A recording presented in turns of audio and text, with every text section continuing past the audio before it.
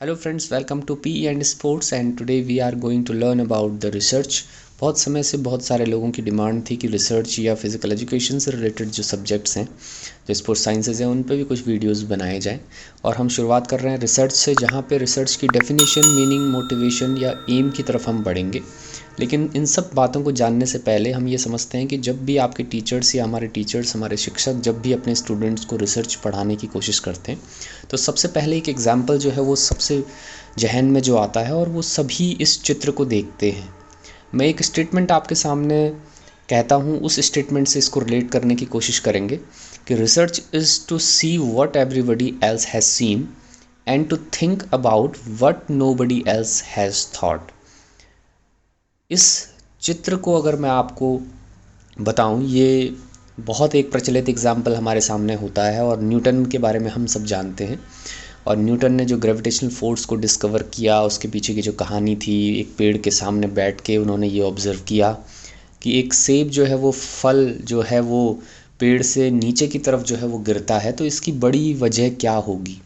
तो जो स्टेटमेंट मैंने आपके सामने अभी कहा, जो research is to see what everybody else has seen, research क्या है कि जो सब लोग जिस चीज़ को देखते हैं, हर एक कोई उसको देख पा रहा है। जैसे न्यूटन या और लोग भी देखा करते थे कि सेब जो है या कोई भी फल है, वो पेड़ से जब झड़ता है तो नीचे अर्थ की तरफ जो है उसकी डायरेक्शन होती है।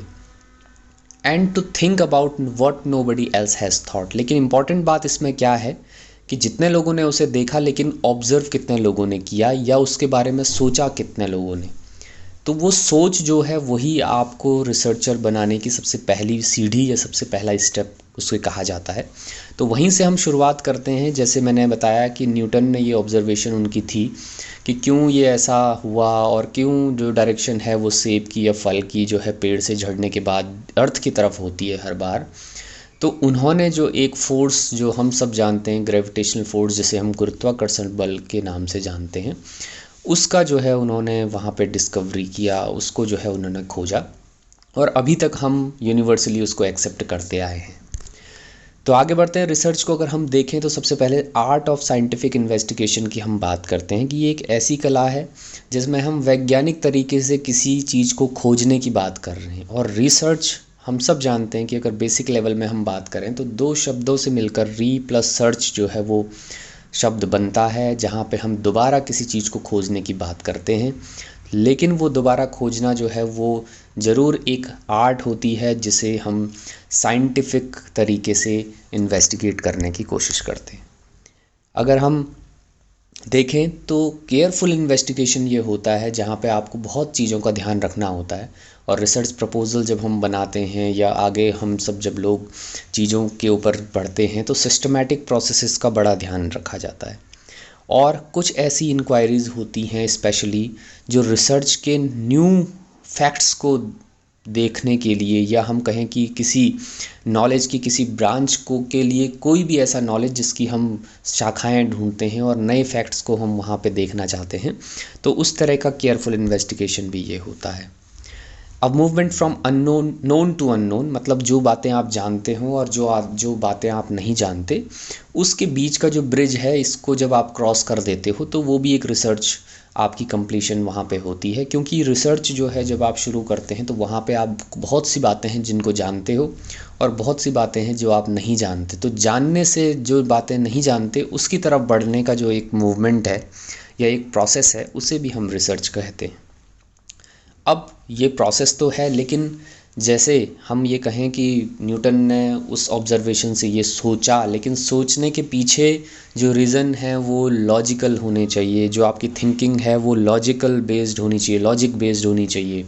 और वो फैक्चुअल जो चीज़ें होती हैं, उन्हीं चीज़ों को रिसर्च में हमेशा जो है एक्सेप्ट किया जाता है। और सिस्टमैटिक सर्च भी किसी भी न्यू या यूज़फुल इन्फॉर्मेशन को, क्योंकि इन्फॉर्मेशन तो बहुत सारी हैं हमारे पास, लेकिन what is the most useful information, it should be find out by the researcher, कि कौन सी ऐसी चीज़ है जिसे हमें सबसे ज़्यादा यूज़फुल होती है। वो इन्फॉर्मेशन के बारे में अगर आप रिसर्च करते हैं तो उसका सिग्निफिकेंस हमेशा ज़्यादा होता है। लेकिन ऐसा नहीं कि आप उसके बजाय बहुत सारी ऐसी इन्फॉर्मेशन हैं जो हमारे आसपास होती हैं और उन सब चीज़ों को लेके हम अपनी रिसर्च को वहाँ पे इंक्लूड करें। लेकिन रिसर्च का जो अप्रोच है वो ज़रूर आपका होना चाहिए सिस्टमेटिक तरीके से, लॉजिकल थिंकिंग से, लेकिन किसी नई और जो बहुत मीनिंगफुल इन्फॉर्मेशन है उन्हीं की तरफ आपको बढ़ना चाहिए। अगर हम बात करें और चीज़ों की, तो creation of knowledge which should be acceptable. एक ऐसा नॉलेज हम क्रिएट करने की कोशिश कर रहे हैं जो लोगों के लिए फ़ायदेमंद होगा, और सबसे बड़ी चीज़ है कि वो एक्सेप्टेबल होना चाहिए। उसमें किसी भी तरह की आने वाले समय में अगर कोई भी चीज़ें जो अनएक्सेप्टेबल होती हैं तो वो रिसर्च में वहाँ पे आपकी फाइंडिंग्स जो है वो सवालों के घेरे में होंगी।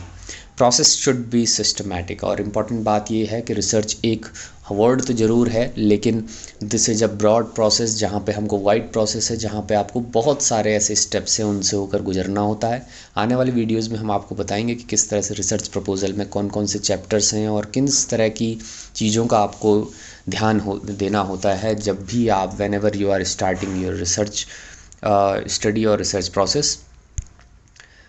अगर हम और आगे बात करें तो सिस्टमेटाइजेशन की बात भी होती है, क्योंकि हम कह रहे हैं कि research should be in systematic manner, लेकिन सिस्टमेटिक मैनर भी वो एक करेक्ट सीक्वेंस में होता है, सिस्टमेटाइजेशन भी जो है वो करेक्ट सीक्वेंस में होता है। जैसे मैंने आपको कहा कि जो सिस्टमेटाइजेशन है वो स्टेप बाय स्टेप होगा।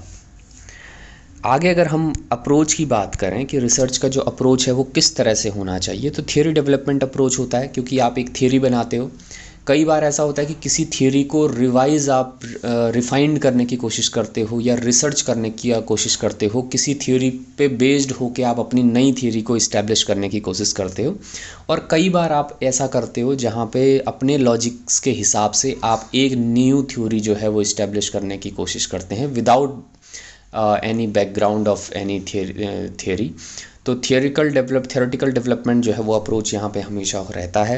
It may be on the basis of in observations, और जैसा कि न्यूटन का ऑब्जर्वेशन था ऐसा ही हमारा भी ऑब्जर्वेशन होता है किसी भी एक चीज़ को देखते हुए, कि अगर स्पोर्ट्स की अगर हम बात करें या फिज़िकल एजुकेशन में जो भी परफॉर्मेंसेस की हम बात करते हैं, तो खिलाड़ी का परफॉर्मेंस कहाँ क्यों कम हो रहा है, किस तरह से हम एरर को आइडेंटिफाई करें और how we can resolve that error by using research. तो वो रिसर्च अप्रोच हमेशा कोचेस का भी होना चाहिए, इसीलिए कहते हैं कि coaches should be more creative, और कोचिंग भी क्रिएशन की तरफ होती है, वो भी एक रिसर्च का एक अप्रोच कह सकते हैं आपसे। एम एंड पर्पस की अगर हम बात करें तो the purpose of research is to discover answer of the questions through the application of scientific procedure, वैज्ञानिक जो पद्धति है उससे हम चलते हैं, और एक पर्पस जो होता है हमारे रिसर्च का वो कुछ आंसर्स को, कुछ क्वेश्चंस हमारे सामने होते हैं, और हम हमेशा कहते हैं कि रिसर्च भी एक तरह का प्रॉब्लम है जिसे हम शॉर्ट आउट या सॉल्व करने के लिए आगे बढ़ते हैं, और वही पूरा एप्लीकेशन साइंटिफिक पद्धति से जब हम करते हैं तो ये एक तरह का एम होता है। मेन एम अगर हम देखें तो to find the truth which is hidden, जो छुपा हुआ कोई ऐसी चीज़ है, जो छुपी हुई जो इन्फॉर्मेशन है वो हमें लोगों के और सोसाइटी के सामने लाना होता है, और जो अभी तक डिस्कवर नहीं है। अगर इस तरह की चीज़ अगर कोई सामने आती है, कोई नई फाइंडिंग, क्योंकि हमेशा अगर आप पुरानी फाइंडिंग्स को दोबारा लेके दे देंगे तो उसका कोई सिग्निफिकेंस नहीं होगा। जब भी आप कोई ऐसी चीज़ को डिस्कवर करेंगे, कोई ऐसी नई चीज़ को इन्वेंट करेंगे जो कोई नया हो, तो वहाँ पे जो है वो आपका रिसर्च की जो सिग्निफिकेंस वैल्यू है वो हमेशा ऊपर होगी। सोसाइटी की प्रॉब्लम्स को सॉल्व करना भी एक तरह का एम होता है, क्योंकि जब भी आप कोई रिसर्च को सिग्निफिकेंट मानते हो तो वो सोसाइटी के लिए आपका कोई ना कोई कंट्रीब्यूशन होना चाहिए। सोसाइटी में कोई तो लोग हों जो उन चीज़ों को, जो आपकी फाइंडिंग्स को पढ़ के आगे बढ़ेंगे और उस आपकी रिसर्च की जो फाइंडिंग्स है उसको अपने फील्ड में, उस पर्टिकुलर फील्ड में अप्लाई करके ज़्यादा से ज़्यादा एडवांटेज ले पाएंगे। Aim to improve scientific theories for improved understanding और prediction of the natural phenomena. जो नेचुरल फिनोमिना है, जो प्राकृतिक रूप से हम एक टेंडेंसी देखते हैं, उसके ऊपर आपका प्रेडिक्शन भी कई बार आपकी रिसर्च फाइंडिंग्स देती हैं, और आपकी थियरीज इम्प्रूव करती हैं उस पर्टिकुलर चीज़ की अंडरस्टैंडिंग को बढ़ाने के लिए भी। तो ये सारी चीज़ें थी जो मेन पर्पज़ में होती हैं। अगर हम मोटिवेशन इन रिसर्च देखें तो वहाँ पे कंसिक्वेंशियल बेनिफिट्स आपको दिखाई देते हैं जब भी आप क्योंकि इसके कंसिक्वेंशियल बेनिफिट जो होते हैं वो कई बार आपके रिसर्च डिग्री को लेने के लिए डिज़ायरेबल होते हैं। तो कई बार आप जैसे अपनी पीएचडी या मास्टर डिग्री में अपना डिसर्टेशन कंप्लीट करने के लिए या एमफिल जो लोग करते हैं, तो पर्टिकुलर चीज़ में रिसर्च अपनी डिग्री को पूरा करने के लिए भी आप रिसर्च शुरुआत में करते हैं। हालांकि ये एक सिर्फ आप यहाँ पे पीएचडी में या एमफिल में आप कोई बहुत बड़ी रिसर्च नहीं कर पाते। There are so many factors there which influence your study. तो वहाँ पे उन चीज़ों को खुल के ना कर पाना, उतनी अथॉरिटी आपके पास नहीं होती। तो वो एक तरह से आप स्टेप्स ऑफ रिसर्च सिर्फ पढ़ते हो या रिसर्च कैसे करनी है ये जानते हैं, लेकिन जो जेन्युइन रिसर्च है वो आपकी पीएचडी डिग्री के बाद ही शुरू हो पाती है। Desire to face the challenge in solving the unsolved problem, concern over practical problem, initiate research. अगर आप डिज़ायर हो कई चीज़ों को जो अनसॉल्व प्रॉब्लम है उनको फेस करने के लिए, तो कई बार आपका रिसर्च का जो मोटिवेशन है वो लेवल वहाँ से भी बढ़ता है। और concern over the practical problem, initiate research, मतलब आप प्रैक्टिकल प्रॉब्लम्स को रिजॉल्व करने के लिए, उनको सॉल्व करने के लिए भी कई बार आपका एक कंसर्न है वो मोटिवेट करता है आपको टुवर्ड्स द रिसर्च। तीसरी अगर हम बात करें जहाँ पे आप कुछ क्रिएटिव वर्क करना चाहते हैं और आपका जो इंटेलेक्चुअलिटी है वो आपको डिज़ायर करती है कि आप ज़्यादा से ज़्यादा कुछ ऐसा करें जो नया हो लोगों के लिए और आपके लिए भी नया हो, तो ये भी आपको कई बार मोटिवेट करता है रिसर्च करने के लिए। एंड फाइनली जो हमेशा सिग्निफिकेंट सबसे ज़्यादा होता है, जो कि to desire to be a service of society, मतलब आप सोसाइटी को सर्व करना चाहते हो अपनी नई फाइंडिंग्स के थ्रू, तो वो भी कई बार आपको मोटिवेट करता है। तो कुल मिला के अगर हम रिसर्च को देखें तो नई फाइंडिंग्स ज़रूर होती हैं, नई तर्कों, लेकिन वो तर्क संगत होना चाहिए, वो फैक्ट के साथ वो आपकी लॉजिकल थिंकिंग होनी चाहिए। अगर आप इन्फॉर्मेशंस को, किसी पुरानी इन्फॉर्मेशंस को खंगालने की कोशिश कर रहे हैं तो वो इन्फॉर्मेशन भी मीनिंगफुल होनी चाहिए, क्योंकि आप समझ सकते हैं कि हर एक इन्फॉर्मेशन पे रिसर्च करना, हर एक मैटर पे रिसर्च करना नहीं बनता, लेकिन जिस इन्फॉर्मेशन का कोई मीनिंग हो, जिस इन्फॉर्मेशन से कोई ना कोई लाभान्वित होते हों, उन्हीं चीज़ों को आप अपनी रिसर्च में लेंगे और अपने टॉपिक्स को या प्रॉब्लम को वहाँ से स्टार्ट करेंगे, तो कहीं ना कहीं आपका जो रिसर्च का जो सिग्निफिकेंस है वो बढ़ेगा। तो यही सब आज इस वीडियो में जनरल टर्म्स के साथ में जो आपको देना था। आने वाले समय में और भी चीज़ें आपके साथ साझा करेंगे। बहुत बहुत धन्यवाद। आप इसी तरह हमारे साथ जुड़ते रहिए और सब्सक्राइब ज़रूर करें। अगर आप आने वाली वीडियोस का नोटिफिकेशन चाहते हैं, लाइक और शेयर करना भी ना भूलें। धन्यवाद।